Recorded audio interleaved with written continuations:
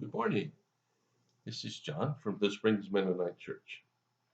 I'm here with you in the middle of the week, and I want to share a passage from Isaiah chapter 58.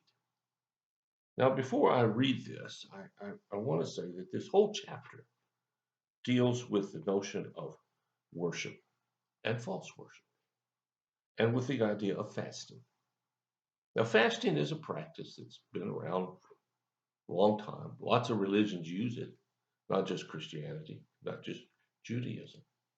But it's a technique to cleanse by denying yourself sustenance and deny yourself food. And instead of eating when you feel hungry, you take that time and you talk with God, you pray. And fasting is a technique in order to bring us closer to God. Now, I'm not a big person on fasting. I don't do it very often. Maybe I should. I just don't. And some of you probably do, and that's great. But here we talk about the ritual of fasting. In the Old Testament days, there were mandatory fasting.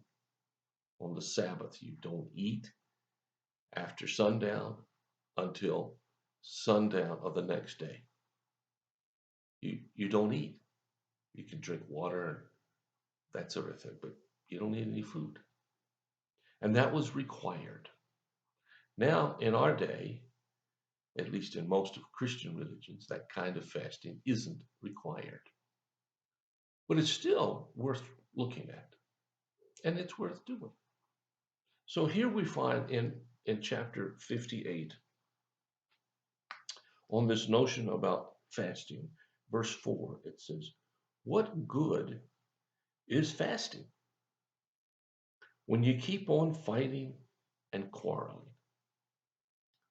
This kind of fasting will never get you anywhere with me." Now, the first thing that Isaiah says here is that fasting is tied to whatever else you're doing. It's not a separate thing. So, what you're doing when you're not fasting is inherently together with when you do fast. So he says, what good is that kind of fasting? He says, you humble yourselves by going through the motions of penance, bowing your heads like reeds before the wind. You dress in burlap and cover yourself with ashes. Is this what you call fasting? Do you really think the Lord will be pleased by this? In other words, Isaiah is attacking or speaking against the standard practice of how you fast. You dress in burlap or you dress in, not fancy stuff, and you put ashes on you and you don't eat and you moan and wail and those kinds of things. In fact, in Jewish days, they had what were known as professional mourners, who at a death would come and mourn over the person, not whether they were related to him or not. Went from place to place doing that. So God says, if you do all this outward stuff, do you really think that's going to please me?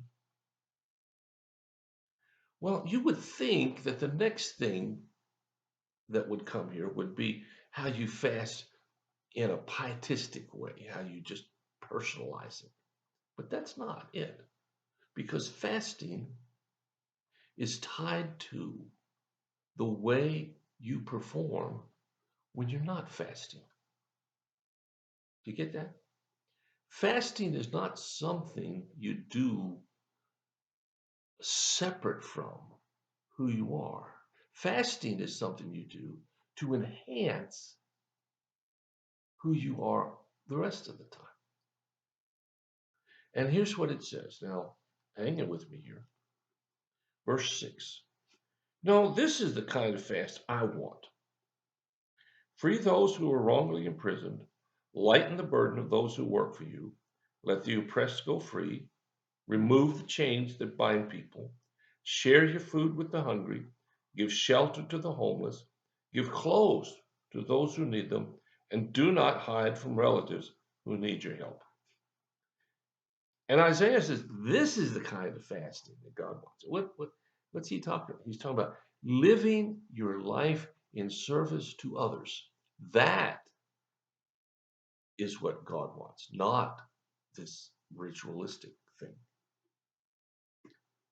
And he lists some specific things about what we would call justice.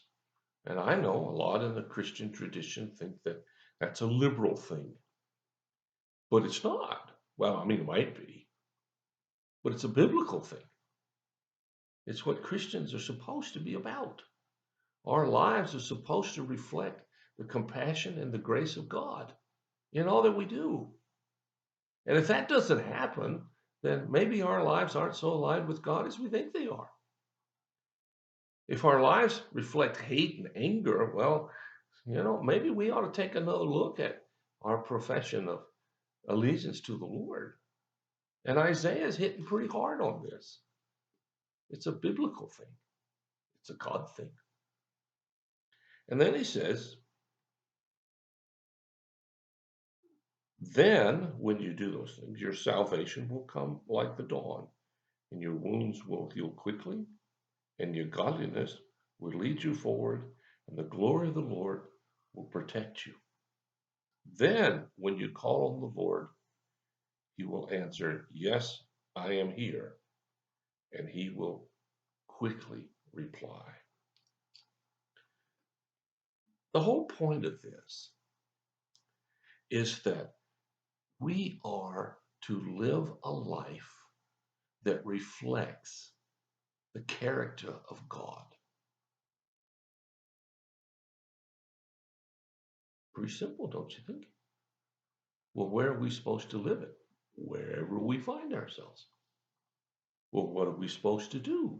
Whatever needs to be done at that moment. Now, we're human beings and we still have emotions. This is a sinful world. We still have sinful thoughts, maybe even sinful actions. We're not perfect. I'm not perfect. You're not perfect. Everybody's going to sin. But we try to live our lives that reflect on the outside what we say is true on the inside. Fasting that just says, look at me, won't get you anywhere.